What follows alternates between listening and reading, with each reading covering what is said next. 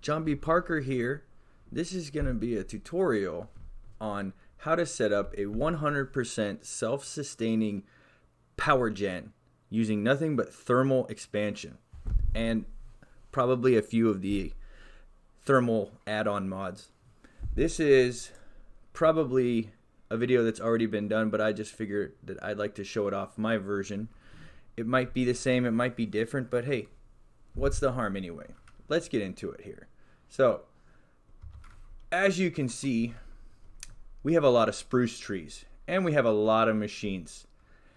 This is a pretty machine heavy power gen, and you're sitting here like, you have trees, how do you get power gen from spruce trees? Well, this is the great thing about thermal expansion. There's this block called the arboreal extractor. We look up the arboreal extractor. What it does is it extracts fluid from a tree, right? And so it extracts different fluids from different trees. So the spruce tree is specifically the tree that we want.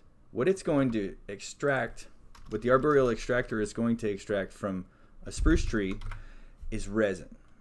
Resin is very, very useful. You take resin, you put it into a fractionating still, and what you get is tree oil. You get every 200 millibuckets of resin, you get 100 millibuckets of tree oil. And you have a 50% chance every single time it does this to get rosin. Now, rosin is kind of like thermal foundation's version of coal. It's just kind of like a solid fuel type.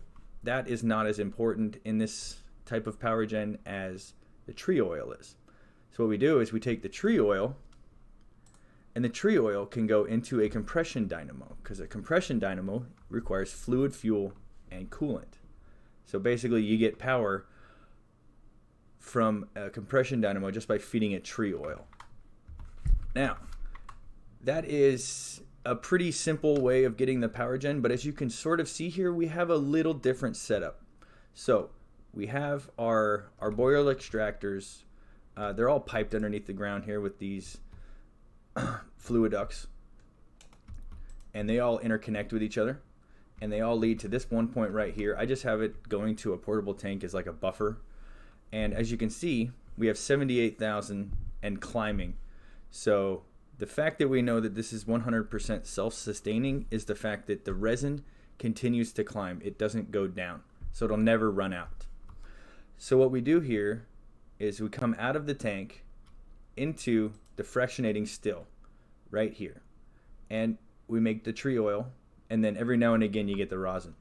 So I take the rosin and I just have it come out here to a cache, and as you can see, I've had this running for about 20 minutes and I've already got 600 plus rosin. That's pretty crazy.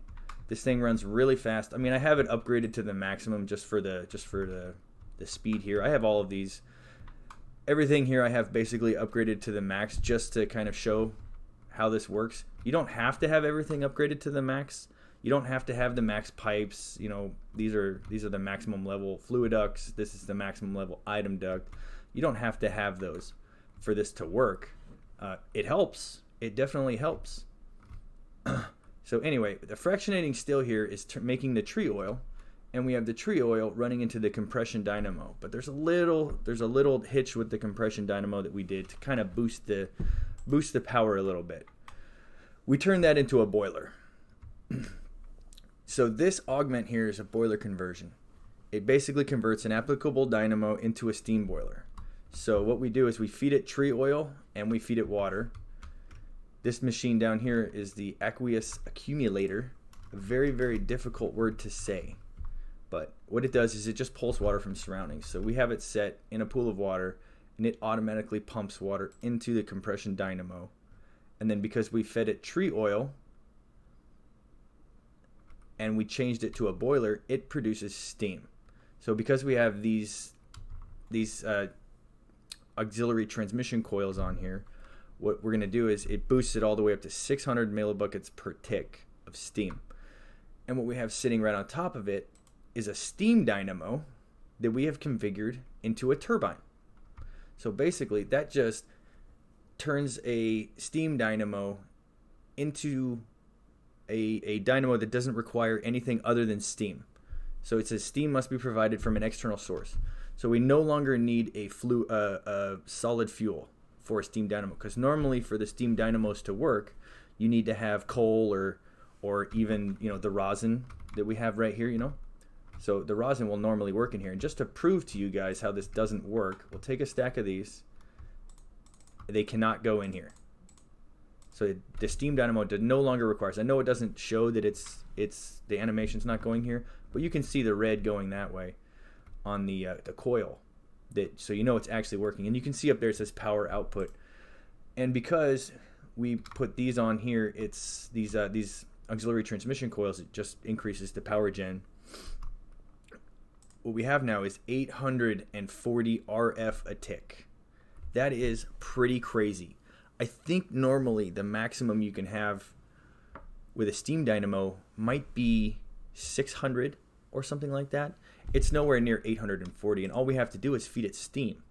And so you can see here that this is using 420 millibuckets of steam, while this is outputting 600 millibuckets of steam. So you're never going to run out of steam, right? This thing here will never go empty so long as this thing is fed with tree oil. This thing will always be fed with tree oil as long as you keep the fractionating still filled with resin. And then the fractionating still will never run out of resin as long as you keep the tank full, or you keep the tank gaining. And that's where all of the trees come in. Okay, let's just go ahead. Oh, that's the wrong one.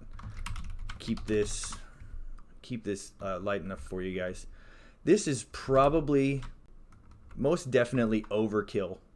We don't need 12 of these setups, I don't think. You do need more than one, though. That's for a fact, right? I believe I started out with 4, and 4 didn't work. 4 couldn't keep the tank filled. So I said, you know what? Go big or go home, right? And why not? The arboreal extractors are not terribly expensive.